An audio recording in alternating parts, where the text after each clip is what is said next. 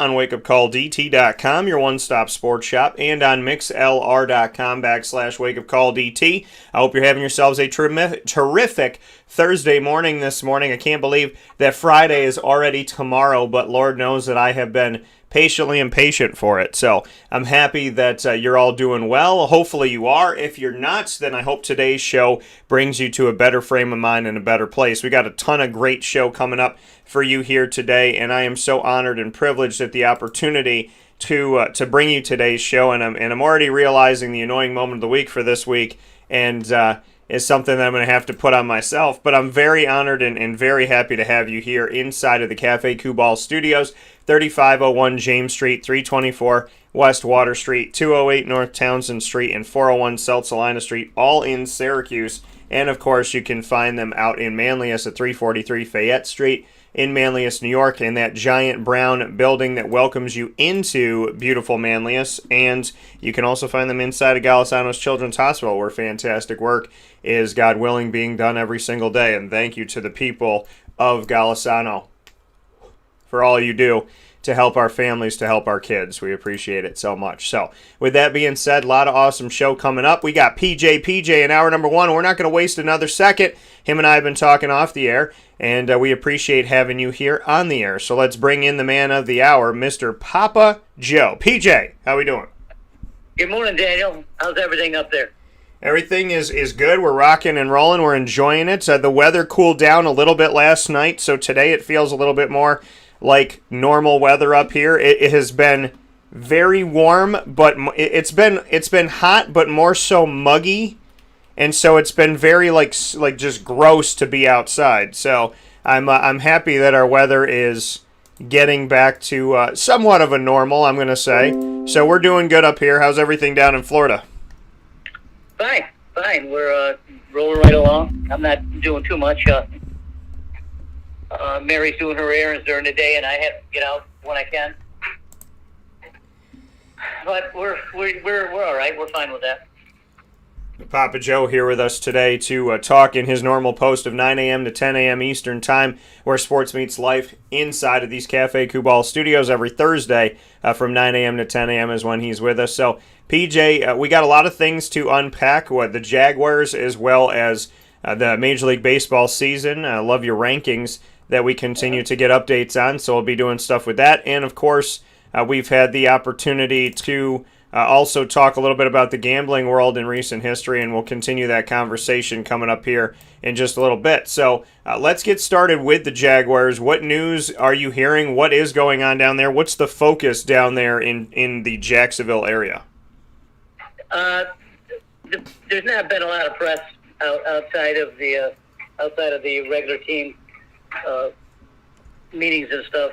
I haven't heard anything. I did hear that Trevor Lawrence tweaked his hamstring or something, and it kept him out for a day or two. I don't think that's anything serious though, but he seems to be rolling right along. There's talk about Minshew being traded. Yeah. The latest is that the Jaguars want I think a 5th or a 6th round pick for him, and I think that's pretty cheap myself, because I thought he did a hell of a job last year under adverse conditions. So, that's about all. I mean, there's still, Meyer is still juggling things around. I think he's probably got a good idea how he's going to start paring down his roster, and I'm hoping that they keep Minshew because I think he's a big part of the team going forward, and of course last year. Well, and that's the thing is that, Gardner Minshew, and that's what I really wanted to get to because that's what, I've been seeing in the Jacksonville news, so to speak, is that Gardner is out there because the question was, and you and I talked about it last week, is how can they keep him on the team? If they're going to have Tim Tebow on the team and utilize him as some type of multi-purpose threat, then, you got Gardner, you got Jake Luton, you brought in a guy who has had experience like C.J. Beathard. So why keep Gardner Minshew, who is obviously a viable starter in my opinion, and he's done some good things. So, we would imagine that he would be traded. But for a 5th or 6th round pick, PJ, I mean, we saw them get rid of Calais Campbell for I believe a 5th round pick. A.J. Boye, I think it was a 4th or just I mean, really, they took these starters who were so devout to them and good to them and didn't cause any trouble in the locker room that I ever saw. These guys were extremely talented, but they were quiet. They were extremely talented, but they didn't cause problems. They were the opposite, the antithesis of Marcel Darius and Yannick Ngakoue and Jalen Ramsey. And so, to know that if this is true, and they'll take a 5th or 6th round pick for last year's starting quarterback, what do you think of that? I think it's a little cheap myself. I think they probably have a better off maybe getting rid of Luton before, maybe Beathard, but I don't know. I guess he's going to have to. First of all, there's nothing that Minshew can't do that Trevor Lawrence can do. He just can't do it as good as Trevor Lawrence. I mean, let's face it. He's a bigger, taller, stronger guy. Got better accuracy. Runs better than Minshew. So I think probably it's a fair maybe 4th, 5th, 6th round. I'm hoping he stays with the team though. Yeah, and that's the thing that's hard is, obviously Trevor Lawrence, you're hoping that he's going to be, your show pony of the future, so to speak, but at the same time, Gardner Minshew is a viable backup. Listen, I see this from the realm of why not have Gardner there because he's great in the locker room and he's positive in the locker room, and people would say, well, yeah, so is Tim Tebow, and you got them both. But here's the thing. Gardner has the experience. Gardner's led this team. Gardner got this team to really amp up, it looked like at times, and be positive in trying times. So Gardner brings a lot of value, not just in his talent, but in who he is. And so I would say, for Jacksonville, selfishly, I would say keep him because you never know when you're going to need a backup. But to Jacksonville's credit, if they look at it this way at all, I think releasing him is giving him an opportunity to live.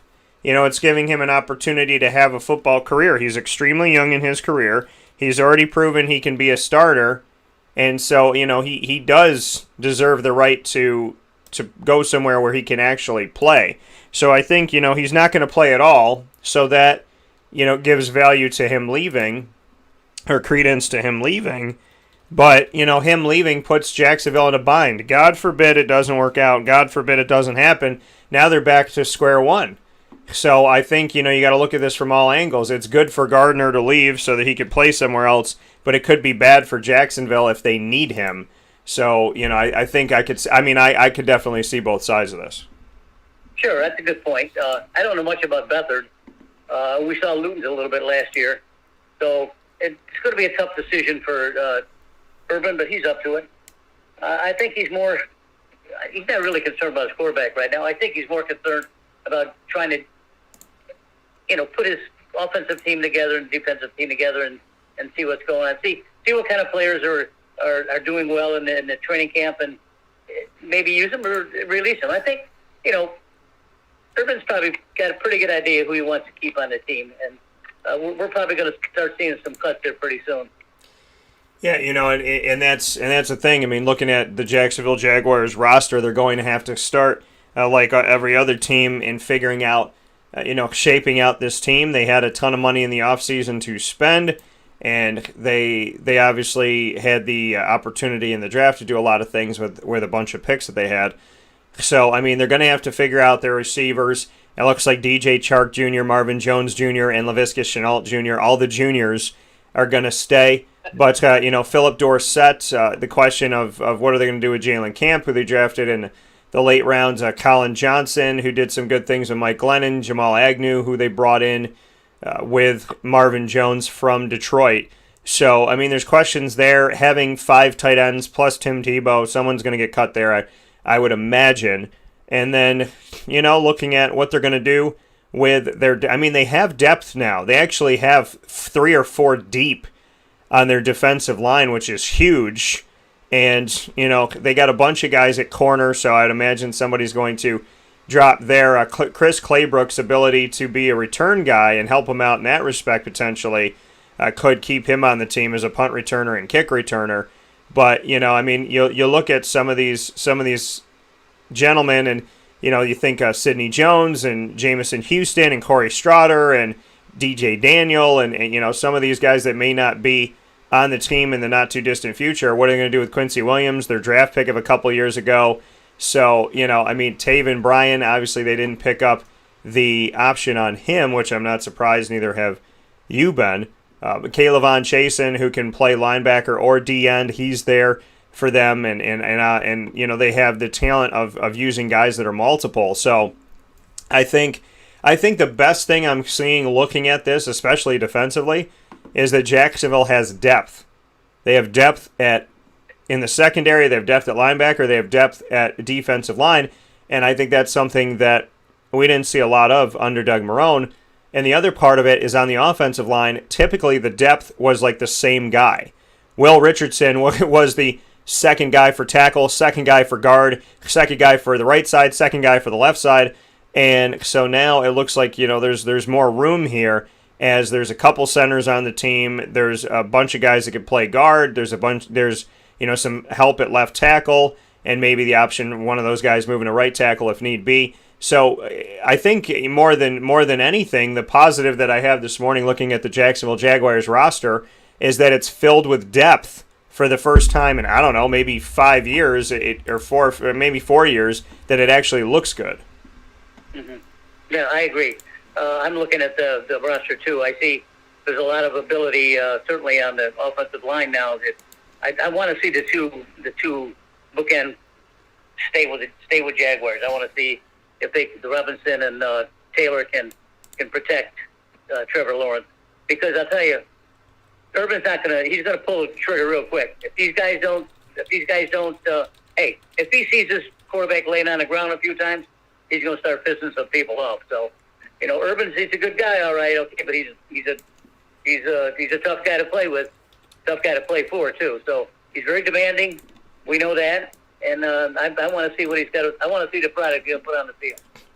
Yeah, and we'll be looking out for that as time goes, closer and closer to the start of the season.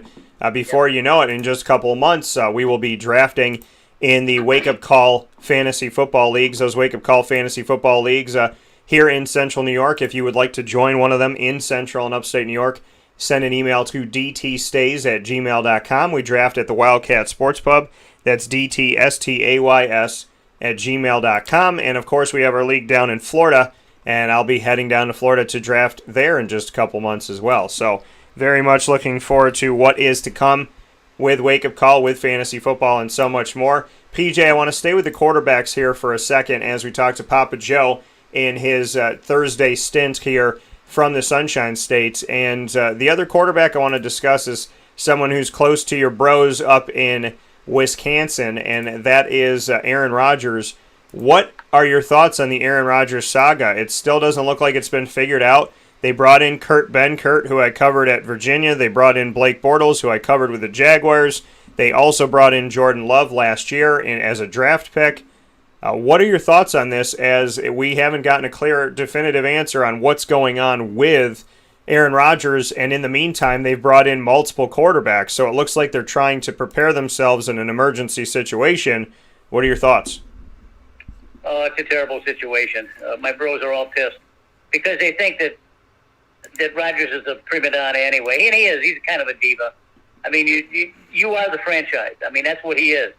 So if the powers to be that run the Packers did not do a good job with including him on any type of draft details, which I think they should have, because he's an all-star. He's a most valuable player, and he's going to be in the Hall of Fame. So why would you not pick someone like that, pick his brain? Instead of that, they pick Love, and now we know the whole saga. He doesn't have anything against Love. Love said Rodgers said Love's a good kid. He learns a lot. He's got a good arm. It's not him that he's pissed off about. It's the general way that the Packers do things, and they pick the way that things are handled over there. The whole side. He hasn't been happy for. I think he doesn't have anything. He didn't really. care for the new coach that's coming in. But after about 3 or 4, the general way that they got together and they started to do things, clicking, and of course we know what happened. The way that things are handled, a unique individual. He hasn't been happy for very intelligent. I think. He didn't really from California care for the new coach. He does other things he wants to do besides play football. Weeks they got together and I think the most important thing for him is, of course, we know what allow Rodgers is a unique individual. He's come down to the very last wire and say, "We got a degree from California. I am not coming back." He does other things he wants to do besides play football. Thank you for Mark Murphy. I think the most important thing for him is that to allow this thing to play out. Can't trade me and come down to the very last wire and sit up in my little chalet up in the Wisconsin Mountains. Coming back. Thank you for all your help, Danica Patrick. Thank you for Mark Murphy. Thank you for the coach. Thank you for everything. Happy about that. Anyway, hell, the guy was in Australia. Can't trade me. Him and his girlfriend took off over there. Sit up in my little, can't be worrying too much about chalet up in the Wisconsin Mountains. Yeah, well, and the thing is, he knows he's the face of the franchise. He knows that he runs this thing. So he knows that, the decisions that he makes or doesn't make are going to affect this team. And I think that, PJ, we're going to talk about it in hour number 2 with the Sports Hit List guys. He knows he's the face of the franchise. He knows that he runs this thing. How he knows that, because you said they should have talked to him and they should have involved him in decision doesn't make. How involved should your superstar? And I think that PJ, we're going to talk about it in hour number 2 in that respect. Because there's got to be a line somewhere. So where is the line? What is your take? I'm the general manager. I'm the head coach. You need to know your role and know your place. At what point do we make that comment? And at what point do we involve the superstar? What can you say to that in that respect? Because there's got to be a line somewhere. So where is the line? Of you saying, I'm the general manager, I'm the head coach, you need to know your role and know your place. At what point do we make that comment, and at what point do we involve the superstar? What he wants. I don't know. I don't know that Jacksonville tried for that. What he's asking for. I know he wants to be traded. Certainly it wouldn't have. From the Packers on the call and say, "Hey, Aaron, what are you looking for the draft? Does he want the GM to be fired? Do you want the president to be fired?" Maybe that's all it takes. I still don't know. Maybe he's got what he wants. Maybe he's got some topics he wants to discuss and hash over, but what he's asking for. This is the way to do it. Traded or something. Now, we got the whole franchise up in arms. We got the players trying to think about, what are we going to do? I don't want to get hurt on a season like this, so I'm not going to have Rodgers, But it's not going to be easy. I'm still not quite sure. And, frankly, in my opinion, it's Rodgers who needs to step forward here. You can't hold up an NFL team. Some guys have tried. Some guys have just and hash over. But listen, I'm not playing anymore. This isn't the way to do it. Now maybe that's what he wants to do. Up in arms. I don't like it. I don't like it. What are we going to do? I don't want to get hurt on a season like this, so I'm not going to have Rodgers. And that's the thing. Is we're looking at this. In my opinion, Devontae Adams in the situation. He knows that without Aaron Rodgers, it affects him. So some guys have tried. And that's the thing is, does he really? I'll see you. Bye. Aaron, if he's not going to the team's mini camp and he's not doing this stuff, and the receivers are supporting him. I don't know what the Packers are doing, or I just don't understand. What is the ego game? What is the jockeying game? Like you said, we don't know. It's quiet. He knows that, and from the people that I know that are close to the situation, they've been told to be quiet. So and that's the thing is, it does to me he really. We're just kind of sitting here wondering if he's not going to the team's mini camp and he's not doing this stuff. I'm just thinking from the Packers' receivers, what is worth supporting him.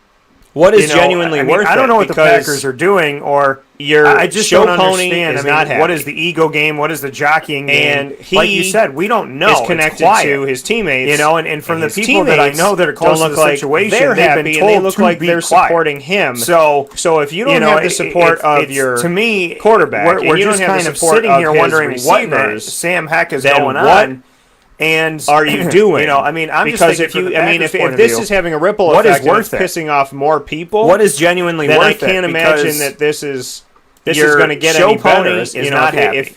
if this is affecting the receivers, then we're in big trouble. So I don't know what's going on. His teammates, I just really don't know. They're happy, and they look like they're hoping to achieve here. So if you don't have the support of your what the game plan is, and you don't have the support of his any of us really know what the heck the game plan is in Green Bay. It's just a giant question mark. If this is having a ripple effect and it's pissing off more people and you're upsetting then people, I can't imagine that I would imagine they're going to have to do something soon, Papa Joe. If this is affecting the receivers, connected to guys like Davante Adams, I don't know what's going on. Maybe they don't want to be a part of it if he's not. I just really don't know what they're hoping to achieve here. I don't know what the game plan is. I don't think any of us really know what the heck the game plan is in Green Bay. It's just a giant question mark.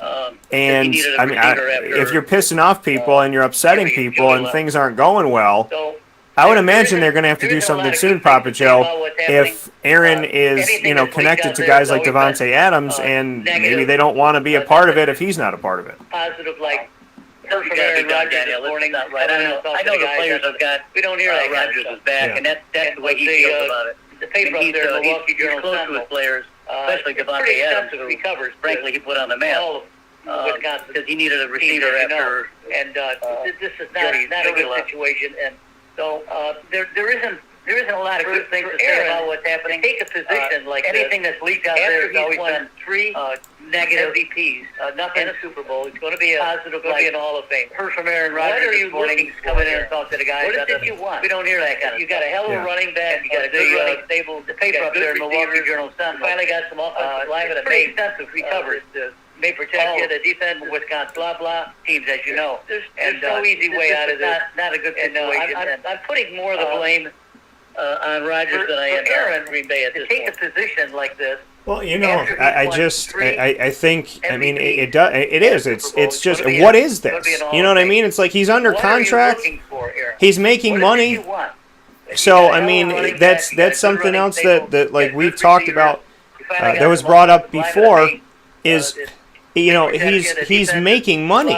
It's not like this is a contract year and he's trying to figure out, what's going on with his cheddar. I mean, the bread is buttered. I think that's what I mean. I'm looking at his contract from the NFL Insurgent series. So this needs to be figured out yesterday. And I just Greg said I don't Packers get need to put a little more butter on the bread of the reigning league MVP. I mean, if it really comes down to the fact that money. That man making a lot. I'll take his $14 million and play quarterback. That they're drafting, well, they can't fix that. I don't know. I'm just in a place right now where I'm like, figure it out. I'm in a place right now where I don't understand. I mean, this is figured out soon. And a random quarterback in the NFL. This is one of the best quarterbacks of the NFL. Yes, they drafted somebody. To be figured out in yesterday. And I don't get what the issue is. I don't know what you're going to do with it about Jordan Love. If it really comes down to the fact that they just need to do the drama needs to be over. I mean, this people that they're drafting. Okay, he wants to make more decisions, so figure out a way to do that in the future. I don't know what to tell them. I'm in a place right now where let's figure it out and let's be done with it. I don't like the drama. And I know that there's nobody in Green Bay that doesn't understand what the back and forth is. They do. They want us to come yes, they drafted somebody. They want some positive press to come and out of that stinks. There's not enough of these guys that are and I don't know what you're going to do with it about Jordan Love, but I mean, the same old stuff. PJ, I mean, the drama needs to be over. I mean, okay, he wants to make more decisions, so figure out a way to do that in the future. I don't know what to tell them. It's just let's figure it out and let's be done with it. I don't like the drama, and I know that there's nobody in Green Bay that does either. All I want to hear is no, of course not. Aaron Rodgers, they want us to come to it, and they want just the Green Bay positive press to come out. That's all I care about. Now, there's not enough of these guys that are. We'll see what happens as we continue this drama fest of who knows what the hell's going on. So, but at least he's having fun on vacation, and he was hanging out with my dude that played Mr. Fantastic in the Fantastic Four. So that's pretty cool. We'll take a step aside for a fast break here. When we come back, PJ and I will shift gears to the baseball field and talk about his MLB Power Rankings as Papa Joe continues to impress us with his breakdown of Major League Baseball. And we'll talk about the world of gambling, as it's something that PJ and I might dive into a little bit more here in conversation, since he knows this world all too well. At least he's having fun on vacation, and he was hanging out with my dude that played Mr. Fantastic in the Fantastic Four. So we'll talk about all this coming up right after the fast break. We'll take a step aside for a fast break here. When we come back, PJ and I will shift gears to the baseball field and talk about his MLB Power Rankings as Papa Joe continues to impress us with his breakdown of Major League Baseball. And we'll talk about the world of gambling, as it's something that in these unique times, there are those in our community that give us a sense of normalcy and positivity. Pizza Man on 50 Oswego Street in Baldwinsville has been here for you for over 35 years and is here now. Call 315-638-1234 or order online at pizzamanbville.com to bring those familiar tastes into your home. And remember to come see our monthly on-site broadcasts centered around the community and our Baldwinsville Bees. Pizza Man in Baldwinsville. Any way you slice it, they are always here for you.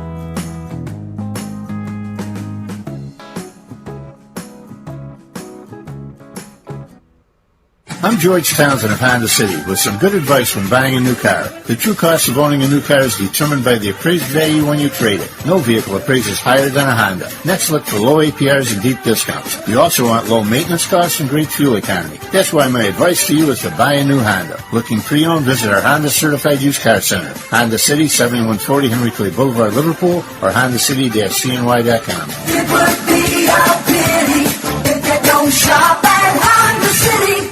This is Jimmer Sikowski, owner-operator of Chick-fil-A Cicero, 7916 Brewerton Road in Cicero, right in front of the Home Depot.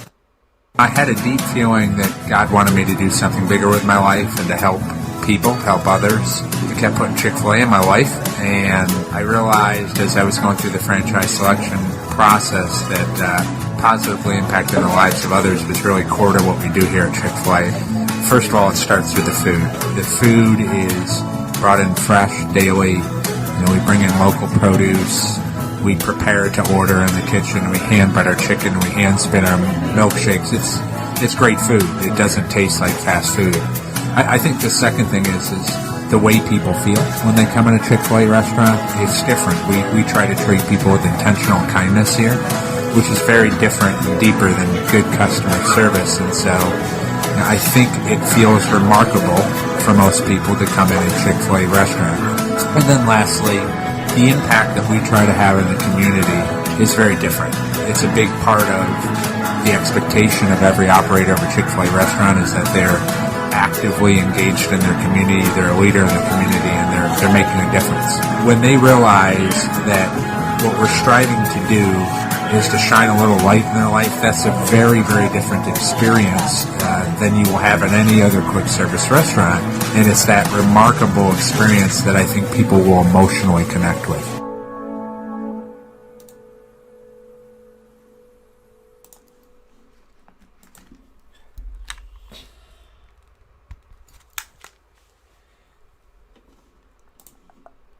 Welcome back here to Wake Up Call with Dan Tortora on wakeupcalldt.com, your one-stop sports shop, and on mixlr.com/wakeupcalldt. Proud to have you here inside of the Cafe Kubal studios. You're also watching on Facebook Live on facebook.com/livenowdt and on youtube.com/wakeupcalldt, and of course on facebook.com/wakeupcalldt as well. So plenty of ways to listen in and connect with the show, and we thank you so much for being a part of Wake Up Call with Dan Tortora.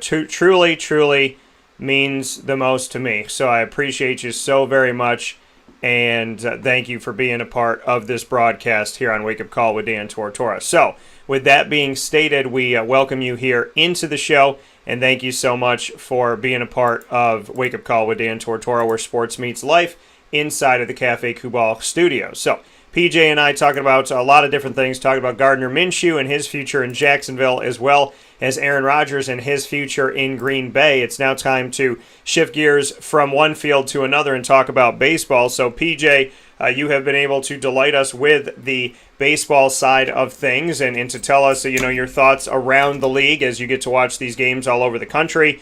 What are your thoughts as we step into another week of baseball inside of the majors? What are you taking away at this point? I think the good teams are playing good and the bad teams are playing poorly. So there's a lot to talk about. The teams that they morph into something different from week to week. Sometimes they're a hit and run team. Sometimes they're a slugging team. Sometimes you have good pitching. Sometimes you have all relievers pitch. So there's an awful lot to do in baseball. There's an awful lot to see. I know people don't much care for it. Someday they say, well, it's like, I don't want to watch grass grow. Well, it is kind of boring, and it's up to the powers to be to speed the game up a little bit. And they certainly have the wherewithal to do it. They just need to do it.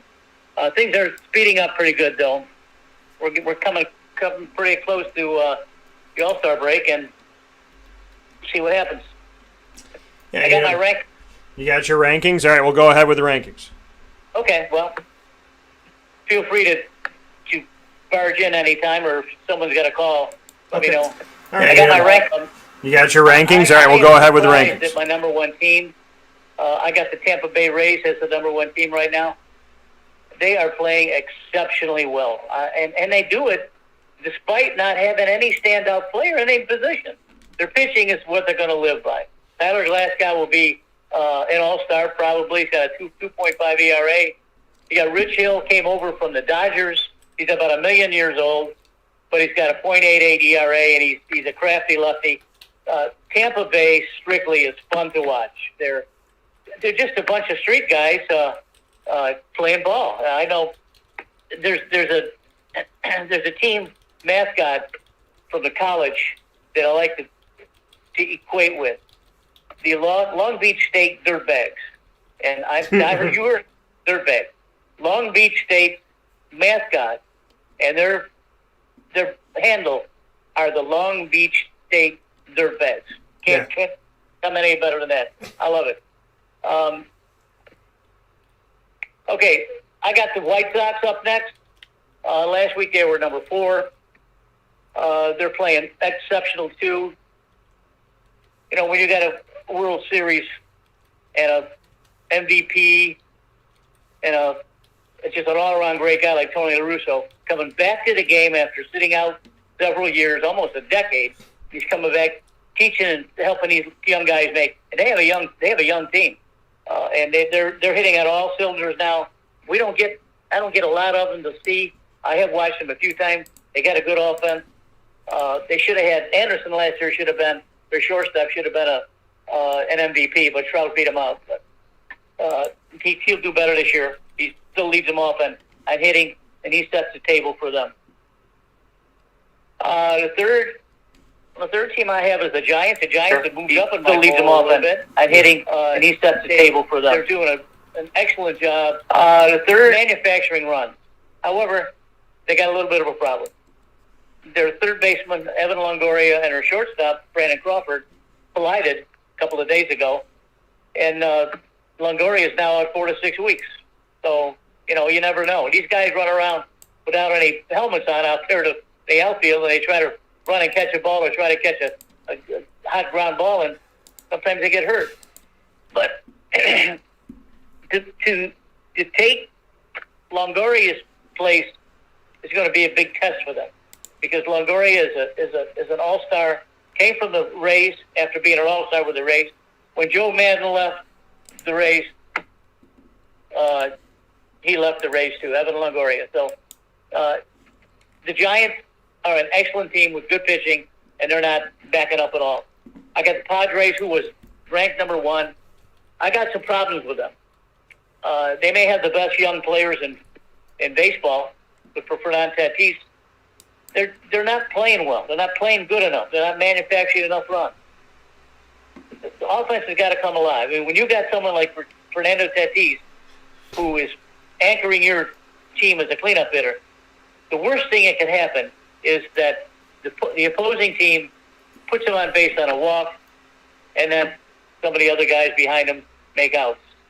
Not a good situation, and they're having some problems. Even though they're the best team, I still think that that they need to show up a little bit more.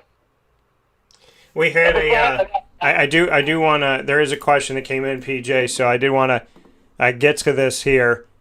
Pete Alonso had come out with some thoughts here, and the question was, what was our reaction to it? He responded to Major League Baseball's crackdown on pitching substances with his own theory. And so he said, so looking at this right now, the New York Mets first baseman was asked about the upcoming crackdown on pitching substances, and he defended the use of such substances, saying he would rather a pitcher use them than lose his grip while hurling a 99 mile an hour projectile at him. So looking at this right now, he said, going through this all, it says, quote, absolutely, I don't think so. I think that since the start of the game, pitchers have been using substances. There's a bag of rosin behind the mound right now to help guys dry their hands and get grip. For me, I think whether they're using pine tar, rosin, bullfrog, or sunscreen and rosin, whatever they want to use to help control the ball, let them use it. I go in the box every single day and I see guys throwing harder and harder. I don't want 99 mile per hour slipping out of someone's hand because they didn't have enough feel for it. I think the biggest concern is Major League Baseball manipulates the baseballs year in and year out depending on the free agency class or guys being an advanced part of their arbitration. So I do think it's a big issue, the ball being different every single year. End quote. So what are your thoughts on this? The theory that Pete Alonso's saying, don't worry about the substances the pitchers use, worry about the manipulation of the baseball itself. What are your thoughts? Oh, I don't know about that. There has been a call for the return, quote, of the spitball, unquote. Of course, we're not going to have that. A spitball is anytime you put any type of foreign substance on a baseball and you try to get the batter out with something other than your good stuff. You know, I mean, that's the way it works. What was the second part of that question the gentleman had? He was asking essentially about the comments from Pete Alonso, which Pete Alonso said, don't worry about the substances of the pitchers, worry about the manipulation of the baseball, which is a conspiracy theory